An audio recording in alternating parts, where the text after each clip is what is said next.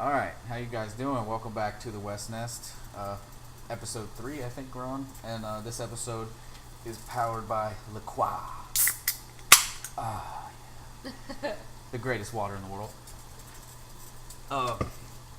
Mikaela's with me tonight, just the two of us, doing a little cooking while we record episode 3, because we're starving as hell. We have to eat. Sorry if you can hear the water boiling in the background. Yeah, but hey, we gotta eat, alright? She's gotta be up early. I'm lucky she agreed to do this. But anyway, our last podcast was in a car, and that one sounded pretty good, and so this one's gonna be cooking, so a little background noise adds character. And now you can hear pasta. In case anyone wants to know, yes, we are making spaghetti with creamy vodka sauce, and we're gonna eat it with super green vegetable pasta. And I'm about to pour it into the pot, so sorry for the noise. Here it comes. Alright, so the big quotation mark finger movements I'm doing right now, fight happened this weekend, and I was very happy that it was not a fake fight. It definitely wasn't, but it was a 40-year-old man chasing down and beating down a dude in his prime, which I think most people thought was gonna happen eventually. Maybe not that I didn't see him finishing him. I kind of thought it was gonna be a pick him apart decision, but I'm happy with the results. A boxer has come to MMA and got absolutely embarrassed, and in my opinion, Conor got pretty much absolutely embarrassed because he gassed out, less than halfway through the fight and got just walked down and hammered on. And how many rounds are in a boxing match? 12.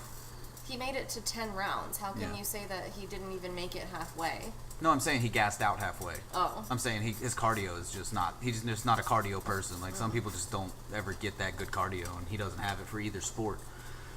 So that's over with. And it was literally like the next day we saw the Kevin Hart thing on ESPN, which was super motivating. And I was like, oh, finally, the clouds are clearing. The dust is clearing. We don't have to hear about this bullshit anymore. Like Floyd and Conor, and they're yelling. And I'm very thankful it's over. It was dominating everything for a while there. So 50-0, arguably, in my opinion, the best boxer ever. And at 40, still looked pretty good. Conor had his few moments, but I mean, you got to think too. Like, I think Floyd showed him a lot of respect in the first couple rounds. It was like, let's see what he's got. Oh, okay, this is what he's got. Now let's turn it on. And he took him out. It was a good stoppage. Like, if he let him go to the next round, he would have got fucked up because he was dead tired. But anyway, I'm not gonna rant about it because it's over, and I'm happy to not talk about it anymore. But also, then the following day was an even more exciting event that I think more people in the world were looking forward to, and that was the Game of Thrones finale, which was, oof, gosh, damn. So many mixed feelings. Yeah, so many reunions, and spoiler. Spoiler. Right here, if you have not watched the finale, go watch it and then come back. But ice, fire, or actually, it's a fire dragon. It's just blue, because I read something, and it's just a fire-breathing dead dragon. It's just blue. Like, wildfire's green, regular fire's like red and orange, and then this dragon's fire is just blue. But it's still fire. It's still fire, right. It still burns and everything. So it's going to lead for a very interesting next season. Obviously, they're past the wall now, 7 seasons later. Mm-hmm. And who knows? And now it's been like, written in crayon for anyone who couldn't figure it out from last season that Jon is the heir to the throne, and I love that. Actually a Targaryen. Right. We know for 100% fact the rumor is confirmed. Right. And we know for a fact too that Lyanna wasn't raped. She wasn't taken away. They annulled their marriage, and they made sure that their marriage was official, and that they got married. Like, it wasn't like he kind of said, like, the rebellion was built on a lie kind of thing. Like, because Robert was butthurt. Right, exactly. But he didn't know either that she ran away. It just seemed like she was stolen. We don't know that he didn't know. We don't know that he didn't know. What? Do we? That he didn't know? That he didn't know what? That she just went on her own? Yeah, he said that he was kidnapped. That she was kidnapped. He says it in, like, the first season. Yeah, but wouldn't he want to say that if he wanted to start a war to steal the throne? No, because he's literally broken up. If he knew that she ran away with him, he would be angry. Yeah. But I guess he did love her. yeah, he loved her. Like, that was the woman that he wanted. You know, he settled for Cersei because it made sense. And Worst move ever. exactly. Now she got you killed, and you know, no kids, Cheated on you with her brother. and her cousin. Gross. Yeah, she's a freak. I hate her. If she doesn't, she's gonna die. I think she should have died before the end of this season. But I have small worries that they're gonna like go Walking Dead style and like stop killing people off because they're like fan favorites. But I hope I'm wrong. Like I don't know. They've always done good at just killing people. You know. Go ahead. Not that loud. Salt and pepper's here. But Littlefinger finally dying was a very awesome thing. I'm so glad that it turned out to be that way and not just Sansa and Arya being stupid little dumb bitches. I agree. I think it would have been a very big letdown if it had just been them arguing and then it had been a legit argument. I'm like, come on, ladies. A lot of people were mad that Littlefinger died as easy and he wasn't able to talk his way out, but He tried. He tried, but I don't think he had any moves. You know what I mean? Like, he's not married to anyone. He really doesn't have any power, and Robin Aaron's not there to save him. Which even if he was there, they could just slap that kid and be like, "Shut up." Like, that's all it would take. He's a wimp. He can't even like shoot a bow and arrow. Ain't nothing he can do about shit. No, like Littlefinger's been screwed since he traded Sansa to the Boltons. I think that kind of sealed his fate. Eventually, we knew it was going to happen, and then we obviously know that Cersei's probably going to double cross the whole situation. But she did lose Jaime, which is an awesome thing. I think. I really, really wanted her to die. I did too. I wanted. That sounds so bad, but I really thought it was about to happen. I did too. I thought Jaime was going to kill her, and then I thought Jaime was going to kill her and then die by the mountain, and then they both die, and then they're both out of the situation. Like, he still kind of probably had mixed feelings for her, but him kind of leaving is also kind of even better because now she really is by herself. I don't think Jaime's gonna die. No, Brienne's gonna end up with Jaime or Tormund. She definitely. One or the other. She definitely won't end up with Tormund because Tormund's just a freak. Tormund's probably gonna die if I had to guess, just because he's cool, but you gotta that's what I'm saying though. Like, the way you just said that, I don't want the creators to be thinking that way because so many people like him. Like, you have to kill a bunch of people next season, otherwise all this threat doesn't mean anything. If everyone survives, it's like, well, it wasn't actually that big of a threat then. Well, we already know who's gonna die. What do you mean? Daenerys is gonna die. Oh yeah, Dany's dead. I think she'll realize, like, it hasn't ever been about chasing the throne. If I want to make this place a better place, I'm going to have to kill the Night King. Mm-hmm. And then she goes out in the blaze of glory. Jon rules, because he's the one who doesn't want the throne, which means he deserves the throne more than any of them. So what do you think Dany is going to do now that she knows Jon is the rightful heir? Because her whole campaign... She doesn't know. Well, when she finds out. When she finds out. Her whole campaign has been built upon the fact that she is the rightful heir. Yeah, and she's not. No, she's not. So is she going to be honorable and I think they'll be recognize there's another Targaryen in front of her, or is she going to, like, how's that all going to work out? That's why she has to die, I think. I think there'll be conflict at first, and Jon kind of expressing that he doesn't want the throne. You know what I mean? Like, and him kind of feeling like, no, I'm a Stark. Like, I was raised by them, kind of thing. Oh, maybe that's a little bit of what that Theon speech was about. Where he's like, you're a Greyjoy and a Stark. Right. So, in Jon's eyes, Ned is his dad. Like, no matter who his birth people were, like, you know, that's his dad.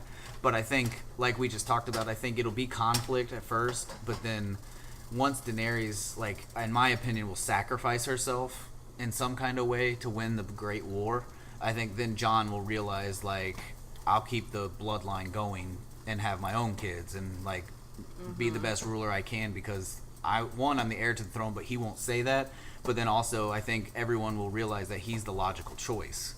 Are any of Daenerys' dragons female? No, they're all boys. So once those dragons are dead, there's no more dragons. Unless they're like asexual things like Godzilla, like unless like, they just lay their own eggs, right without mating. I don't know dragon mating or what. Because I was thinking about that. Dragon organs. Like, I feel like another dragon is gonna die. I would say all of them. I don't think the world supports dragon, especially if she dies. Like, you know what I mean? Like ruling with dragons has never really been a good thing. Like it's been a powerful thing, but I don't think it's a good thing because they always make a point of saying like you can never actually tame them. Right. Like that's why they have the dragon pit. Like you got to land them off to the side to keep them away from everything, or they'll start fucking people up. Like just out of like nature. Daenerys has done a pretty good job of. Yeah, but even still, her dragons have killed innocent people. I mean, they were younger, you know, but who knows? But her and Drogon are definitely dead, and I think it'll be just a crying shame if we don't see Jon ride Rhaegal. Jon's gonna have to ride a dragon. I mean, it's gonna happen. It's named after his dad, and he's a Targaryen. So I think that's why, you know, they made that obvious point to show that Drogon like sniffed him and was like let him touch oh him. shit, this is my people. This is my cousin. What's up, man? Yeah. So I think that's got to happen next season. They have to explain some more Bran shit next season. Right. Because like all these theories that he's the Night King, like I just don't understand how that can be true. If it is, I might be mad. I kind of agree. I feel like it's lazy. Like, well, the good guy's the bad guy, and then why is there a conflict? Like, why wouldn't he just kill himself? Like, and how can he be two places at once? Well, you also got to think too, like, and two people at once, the Night King and young Bran Stark. Like, I don't get it. No, and also I don't understand. They made the point of showing us when the Night King was created too by the forest the children of the forest, forever ago. But I read a fan theory that said like that was Bran going back in time as the three-eyed raven to try to stop the White Walkers from ever being created in the first place, and in trying to stop it, actually made it happen.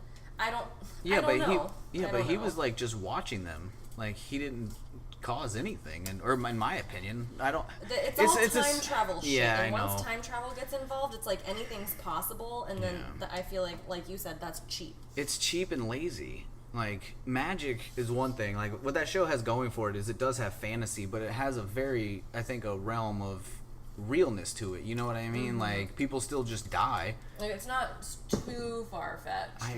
Right. It's medieval. Everything is possible. Yeah. Like I don't know. You still got the you know the red women too who can do magic to an extent and all that, and it's just. I really hope like next season every episode is like an hour and a half because they have to tie up the loose ends, and there's a lot of them.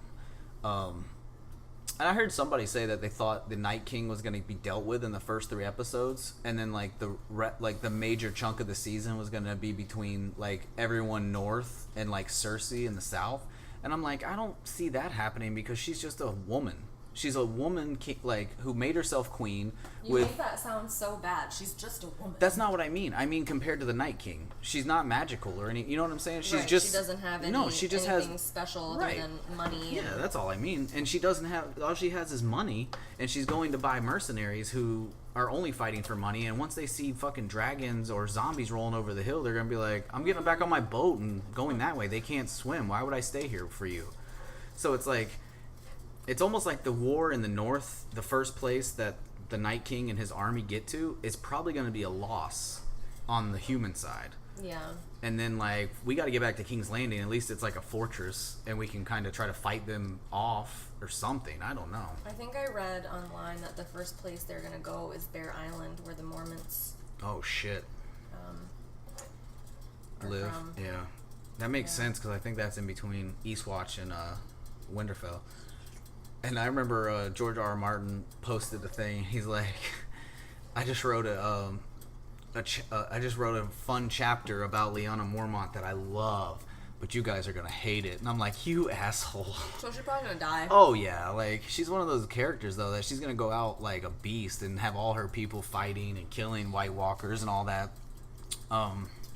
I love that little chick. Yeah. The thing I started thinking about too is like Viserion was awesome as a dead dragon, and he looked so much faster. Like he looked faster than the regular dragons, and the blue was awesome. The Night King was awesome on him. But I feel like, can he take on Drogon and Rhaegal? Like I feel like they can fuck him up. Like 2 dragons against 1. Even if he hits one of them, the other one's gonna barbecue his ass. Like you can't just like unless they're just flying constantly. Like I don't know. Like the dragons still have a huge part to play. Obviously, I mean that's a pretty stupid statement. Sorry. We're just gonna have to see how it unfolds. Exactly. You know what a lot of people are sad about? Is that Ghost was nowhere to be seen. Not one single time this season. What's going on with that? Is he CGI? Didn't die? No, it's CGI money. They're like, we got a lot of dragons this season, a lot of zombies. Ghost, I think you're in hibernation this season. They left him in Winterfell. They did, and it was even filmed. Like I think they filmed the scene and deleted it because it was like it slowed the episode down. But oh really? Yeah, the closest thing to seeing him was Sansa quoted saying something about Jon can't expect all these Northerners to just sit here and wait on him like Ghost, and then that's it. That's the whole thing. I missed that. Yeah, but overall, like this season, a lot of people hated it, but I think it's a setup season. I think this season is kind of like the Half-Blood Prince Harry Potter movie. A lot of people hated it, but I thought it was perfect to catapult you into the grand finale. Right. And I think this season was, while it still had like spoils of war with the dragons almost killing Jaime. And then the North of the Wall, which is one of my favorite episodes ever in any season. Like, it had action. It accelerated the plot line. Yeah, for sure. Because that's where we needed to be. Everything had to happen relatively quickly. Right. Because we're coming up on the end. Right. And I think it's like one giant chessboard is how me and you used to talk about it. Like, you have, like, fighting in the middle, but the king and the queen are back in the back on both sides, and they've been slowly getting to the middle. And while everyone squabbles about bullshit, there's a real fight going to happen. So it doesn't matter who's sitting on the throne. And I know I said it already, but I think that's where I circle back to it, is that Dany does want to make a better difference, or a better world, but I think she's going to realize, shit, this is what I have to do to make a better world. Damn it. Alright, and then she's gonna die, going out, blaze of glory, her and Drogon, and save the fucking realm. And she'll be able to create that world, but not be around to see it. Right. And then the Targaryens, and then everyone's thinking that she's gonna get pregnant because they kept hinting at, like, I can't have children, but I think she's right. I don't think she'll have kids, but I think that's leaving the door open because she can't have kids, so the Targaryen line will die. But no, Jon can have kids. Who's Jon gonna marry, though? Who the fuck knows? Some chick. That's true. Who's like a main character she could marry that would make any sense?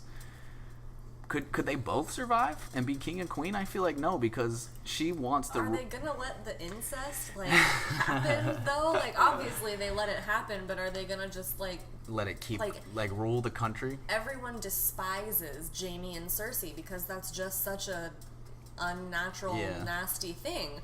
So are they gonna let the 2 most beloved characters of the show do the same thing and go down the same road and live happily ever incestuously after? No, like, probably not. I would think not. I don't think so either.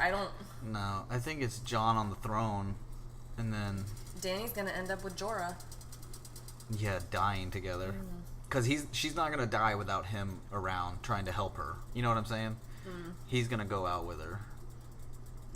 I don't know. I'm excited. He's gonna go to Bear Island.